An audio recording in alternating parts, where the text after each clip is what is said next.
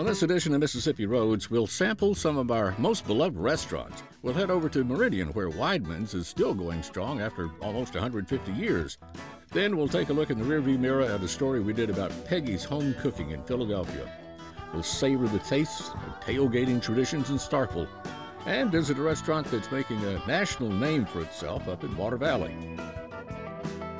Mississippi Roads is made possible in part by the generous support of viewers like you.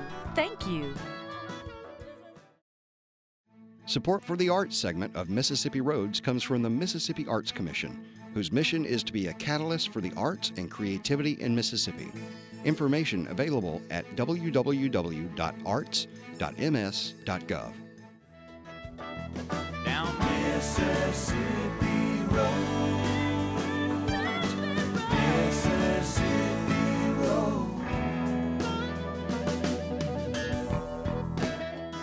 Hi, welcome back to Mississippi Roads. I'm your host, Walt Grayson.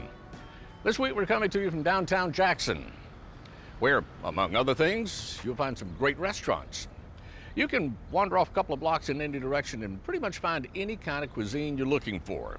We've got southern dishes, home cooking, sushi, and a nice little metropolitan spin to Tex-Mex. Right back here behind me, this is the Mayflower. This is Jackson's oldest restaurant. Another Mississippi classic restaurant is Weidmann's in Meridian. They've been there since 1870. Yes, 1870. They have a lot of dishes on their menu that they describe as high-quality comfort food. Another tradition at Weidmann's is at every table there's a homemade crock of peanut butter and an assortment of crackers. That started back in the 1940s when real butter was in short supply, and one of the customers just suggested, well, hey, bring out some peanut butter. So they did, and they still do. A lot of other things at Weidmann's. Let's take a look.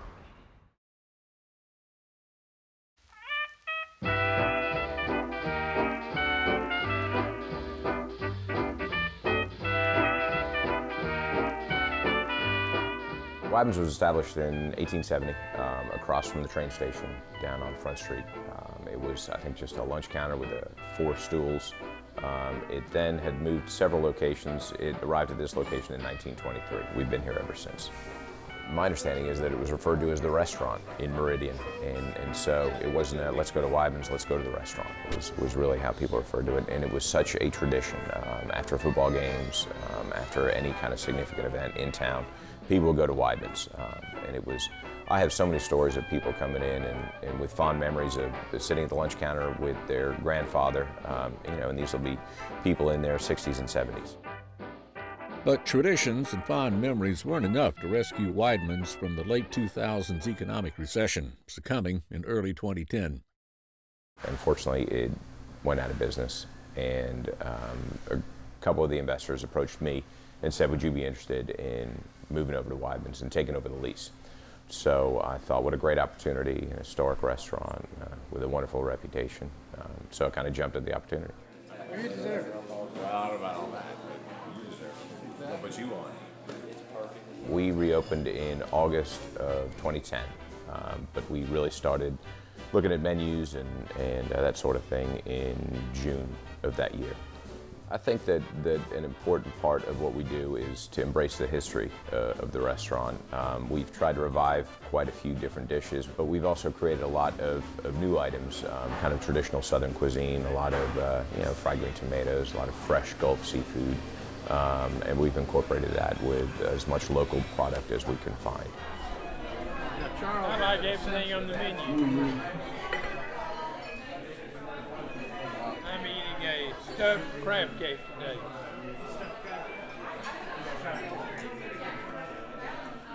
Weidmann's is so embedded in the psyche of the community that it's such an important part of Meridian. And I think that certainly has positioned us for a very loyal clientele. A loyal clientele, such as the Lacey Bottom Marching and Chowder Society, a group of men who've been meeting and eating at Weidmann's for lunch every Friday for decades. We have, from the very beginning though, we had one very strict rule about this group. We were going to meet every Friday, and you had to absolutely be here every Friday to be in this group, unless you didn't want to. we've been doing this, we've been eating together for 40 years, and we all still like each other. Are you sure? Well, I think so. For yourself. I think the community is such an important component of Weidmann's, and you know, as I said, just the affection that the community has for this restaurant it's unlike any other that I've been associated with. So it's really a special place. It's a special place that's seen its share of famous faces, including influential congressman and Lacey Bottom Marching and Chowder Society member G.V. Sonny Montgomery. The congressman would call us if he was going to be here, but be a little late. And he would want us to reserve him a chair, and we'd always put a napkin over there to reserve a chair for the congressman. Twice, I believe it was 2 different times while he was with us, he got on the phone with the President of the United States, and the President talked to this group. He was showing off. That's what he was. I got you. That's it? Okay. All right, we'll be back with the rest of y'all's time. Throughout Weidmann's existence, the restaurant has seen its ups and downs. The same holds true for the entire downtown Meridian area, which is in the process of making a comeback of its own. I think that the downtown Meridian's really seen a revival. The Riley Center has really brought a lot of people downtown. It's a great facility. We've got several bars that have opened up within the last few years, art galleries. So we've seen a revival in our downtown, and I'd like to think that we're a part of that. Weidmann's has played its part with gusto, bringing on locals and outsiders alike with its consistent ability to adapt to the latest trends while still delivering a quality product. Their motto is, "It's the food that counts," after all. Part of the success of the restaurant in the past has been not only its adaptability, but it's also its consistency. You know, consistency will make or break any restaurant. So even though you can change things, you have to have a consistent product and service and in the quality of food that you're serving. But I think you also need to kind of gauge what the public wants and certainly what the culinary trends are, and then change things accordingly. You know, we've in this business, you have to constantly reassess what you're doing to make sure that it's appealing to the public and that we're keeping people interested. So I think that one thing we don't want to do is rest on our laurels. We want to keep improving, keep constantly pushing to improve. In a sense, Weidmann's belongs to Meridian. You know, it doesn't belong to any one person or organization or group of investors. It belongs to the whole community. And that's something that we have to keep in mind, because we may be the stewards of it at this time, but you know, we want it to last here for another 140 years.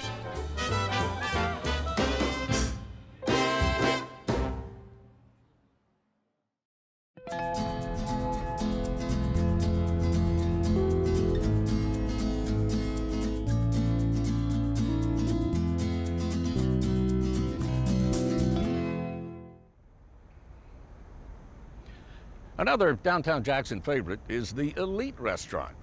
And the Elite, like the Mayflower just down the street, was also started by Greek immigrants. The Elite first opened up back in 1947, and they feature kind of a melting pot of Greek-inspired cuisine. Country fried steaks, broiled seafood, things like that.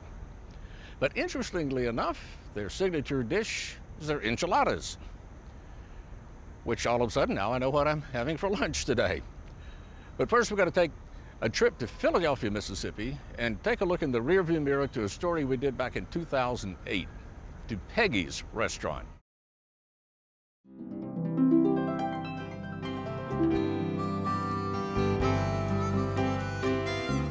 Now, it's not too often you see a restaurant with an open cash drawer sitting by the front door. Drop in your money on the way out, make change if you need. The honor code's generally something we associate with the Boy Scouts or knights in shining armor. Not quite a term connected to money or business. But then again, Peggy's is much more than a business. It's her home. And I was referred to as that woman that cooks in her house. It was called the Luncheonette for years and years and years. And one day somebody picked up the phone and said Peggy's, because that's what everybody said. We're going to Peggy's. You know, this was her home, and she cooked out of her home, so it was just like going home. This was our living room, and so this is where I hung out before school, before I started school in first grade. And people would come in the door right through here, and you know, I had 100 and 150 strangers show up to my house every day to eat. I took over in '61. Word of mouth is what I went by. I never did advertise. And even people from out of town, they come through and they want to know directions to where it's at because they've heard them. I love the pork chops. The chicken spaghetti, and of course the fried chicken. And the rice and gravy and the vegetables. My favorite? All of it. The food. Oh, the food. This is down-home cooking. We have chicken and dumplings made from scratch, fried chicken. Good cornbread. Beef tips and rice. We have butter beans. You know, if you go anywhere else, they're called lima beans, but here they're called butter beans. Peas, fried okra. Deviled eggs, apple pie. Real mashed potatoes. We peel our potatoes. Every day we have mashed potatoes. We peel about 120 to 150 pounds of potatoes. 150 pounds. Now, how many potatoes is that exactly? Well, one good-sized potato weighs about 279 grams, or 3/5 pound. So 150 pounds would be about 250 potatoes. Now, that's a lot of potatoes. I had some people from New York down, and they came in and they saw those real potatoes. They couldn't believe there was real potatoes. He said, you can't find these in New York. It takes a lot of time. And in order for that to happen, Larry arrives at Peggy's bright and early every morning. Good morning, 6 a.m., time to go to work. Put the pots on, get the seasoning in them, and get the vegetables going, and have to free up the stoves, but usually 8:30 in the morning to start getting our chicken fried.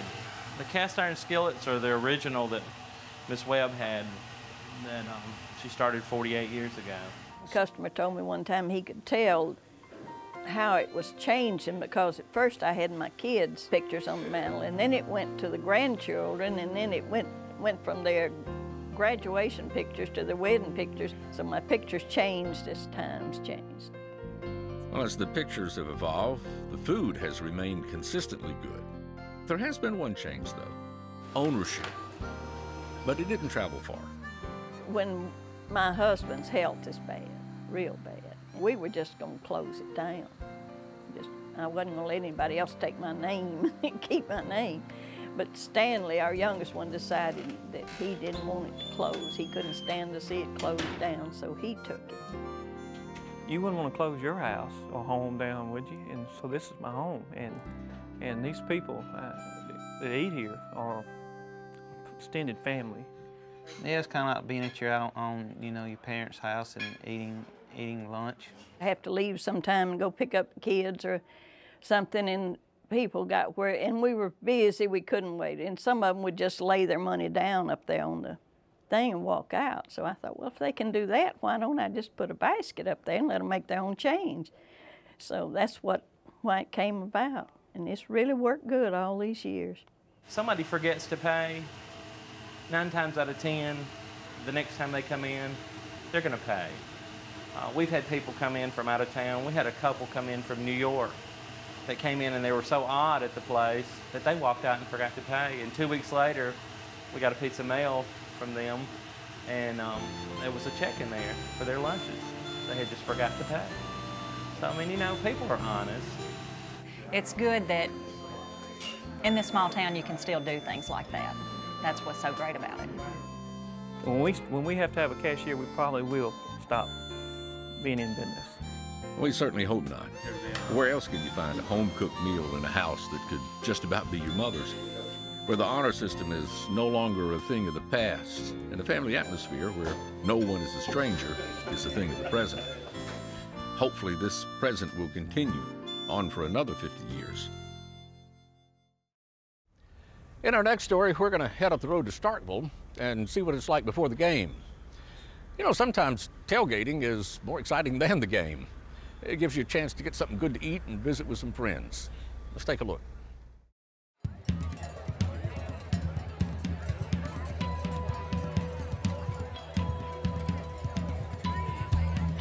2014 was an exciting season for Mississippi State football fans. The Bulldogs were rated #1 well into the season. As the excitement grew, so did the attendance at the tailgating around campus. I'm here with Mississippi Land Bank. I work out of the Corinth office. Jeff works out of our Clarksdale office. Every week we set up a Mississippi Land Bank tent, and it's for all of our customers, friends, family, everybody to come out here and enjoy Mississippi State football and really have a good time outside of the office, where you can sit here and enjoy each other's fellowship and get some good food and have a good time. It's really been something special to see, and all the maroon, and every home game we've had huge crowds. Of course, God has blessed us with great weather for every home game, and that's been fun. But really to see the tailgating atmosphere grow, the atmosphere at the games, the number of people over the last 4 or 5 years has really been a sight to see. It's fun as a State fan.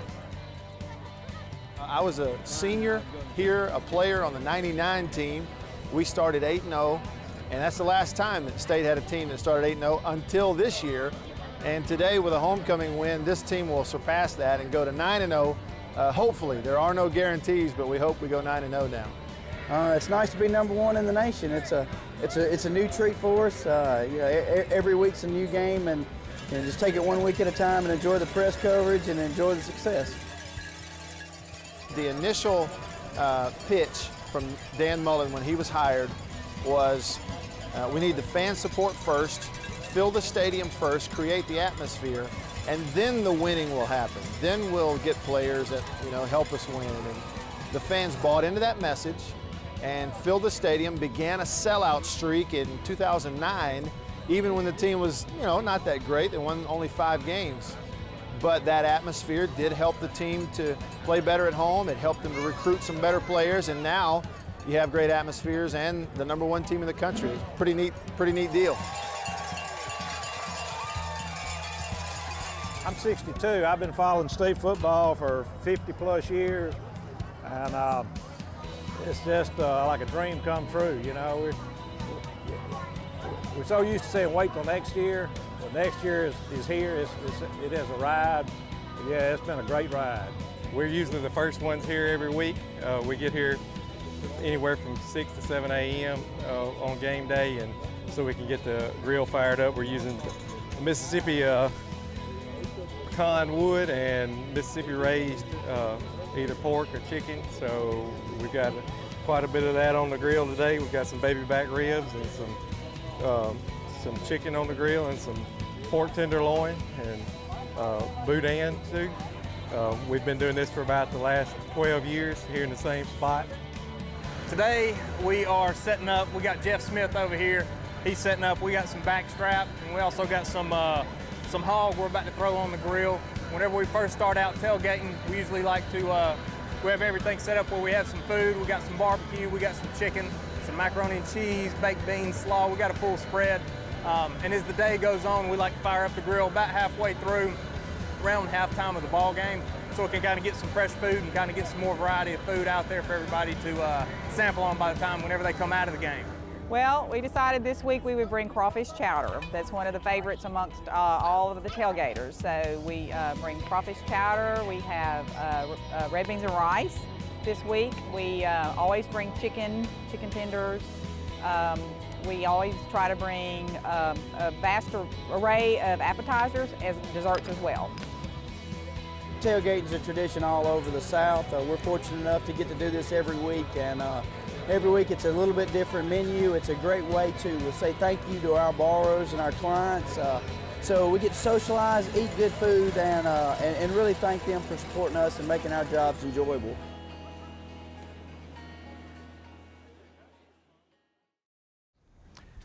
In our next segment, we're going to visit another Mississippi restaurant that's been thrust into national attention, and this just after a few years of being in business.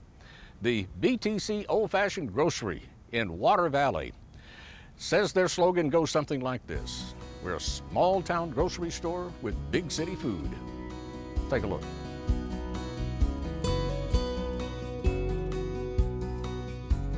So our philosophy here at the BTC is if it is available locally, then we try to sell it. And herein lies the difference between the BTC and most other grocery stores. Now, whether you're shopping the grocery or lunching at the cafe, the emphasis here is local, organic, and made from scratch. You'll find dishes that have that uptown edge, along with some good old down-home cooking. And I also make them fried chicken, so it balances out. It's this eclectic approach to food that has garnered owners Alexi Van Buren and Dixie Grimes high praise from locals, as well as publications like the New York Times. But as Alexi's quick to point out, it's a business that has evolved since she and her husband moved to Water Valley in 2006. We really like Mississippi and especially Water Valley, and so we decided to stay and raise our children here. They bought an old building on Main Street that was at least 150 years old and saved it from the wrecking ball. This one was a nights and weekends project. So I had an intense day job, and this was where I'd take my suit off and come and play. And there was no strategy. It was just by the time I had finished the ground floor, Alexi was ready. Well, I was really surprised by how Water Valley had almost everything I needed on a weekly basis. The only thing I found myself leaving consistently for were some things that the very fine Piggly Wiggly here does not necessarily carry. When I was thinking about opening a store, which I had no background or experience or any real right to do, I kept thinking of that quote from the Gandhi quote that says, "You must be the change you wish to see in the world." And so I named my store after that quote. And thus, Alexi Van Buren became the change she wished to see. My idea was just to be a small grocery with fresh produce and, you know, things like couscous and quinoa on the shelves, and of course the fresh milk and the local eggs, deli meats and cheeses sliced to order, things like that. Billy Ray's milk is probably my favorite product to sell. He's got a small herd of Jersey cows who live out on the grass over in Tula, Mississippi. Right now we've got a lady bringing us quail eggs, which is pretty cool. We carry High Point coffee from our friends over in Oxford. We do carry local raw honey, got from a lady over in Taylor, which is 12 miles from here, and we also carry some locally grown Mississippi rice from Mike Wagner over in Sumner, Mississippi. The cafe came about when our customers started asking us to make sandwiches a couple months after we opened. Eventually, Dixie, an executive chef from Oxford, entered the picture, just in time to rescue the BTC from a lunchtime rush hour that was threatening to get out of hand. And so I stumbled in here one Saturday afternoon thinking that I would do a formal interview with her. She was covered up at the cash register checking people out, and I introduced myself and barely just got my first name out, and she said, "Do you know how to use a meat slicer?" And I said, "Yes, ma'am, I do." And she said, "Well, can you start right now and go slice some meat and cheese?" And I said, "Yes, ma'am." Dixie had no plans to stay long in Water Valley, but now she's part owner of the BTC. Well, the food in this store are very important to us. They are a labor of love for us. It is a part of us, and we do it for this community. And the community gives back. There's always a line of folks at the cash register or at the cafe's order window. Regular patrons include a group of folks that gathers here for lunch every Thursday. This is the old man's table. Now, I'm not a member, I'm a visitor. Yeah, I am too. This is officially known as the old man's table. Who's in training? I'm the old fella. I'm here to straighten out these young whippersnappers. We like the food. We like the round table atmosphere where different guys can come in and sit down and be part of talk about what's going on and joke around a little bit. As word started spreading about the BTC, so too did national attention and the opportunity to write a cookbook. We would sit on my front porch, or we would have dinner at her house, and we would just talk. And out of those conversations came her beautiful story combined with my recipes. One thing led to another, and the BTC Old-Fashioned Grocery Cookbook was on its way to press. But I always wanted to have a book published. Never thought it would be a cookbook. It makes my family laugh hysterically every time they think about it. But of course the recipes are not mine. I wanted to kind of honor my grandmother who raised me and taught me how to cook. So a lot of the recipes that I chose for here are absolutely on the Mississippi countryside. It's like a love letter to Water Valley is what it really is. It's all about our community and the people who shop with us and the folks we see all the time. And some of those customers often receive shout-outs in the menu. These are Water Valley people that I'm really fond of or that are my regulars. I will try to give them a sandwich. Dishes like the Harker, the Andy O'Brien, and Shay's Folly, and you must try the Handsome Eddie. That is Eddie Rogers, who is also one of the farmers that brings us the sweet corn. And he would always come in and ask me for fried bologna, and I wouldn't do it for anybody but him. Dixie's cooking isn't always low-calorie, but you can bet it's made from scratch and with the best of ingredients. I have a lot of customers who bring their children here, and if I can give them a healthier option, even if it's the French fry, they know my French fries are cut fresh. Water Valley has been incredibly good to both of us. Yes. It is an amazing town full of remarkable people, and I'm very proud to live here. They love us and we love them. Well, that's going to about do it for this episode featuring some of Mississippi's unique culinary offerings. You can always contact us if you'd like more information about anything you've seen at mpbonline.org/Mississippi Roads. And while you're there, make sure you like our Mississippi Public Broadcasting Facebook page. Till next time, I'm Walt Grayson. I'll be seeing you on Mississippi Roads. Mississippi Roads is made possible in part by the generous support of viewers like you. Thank you.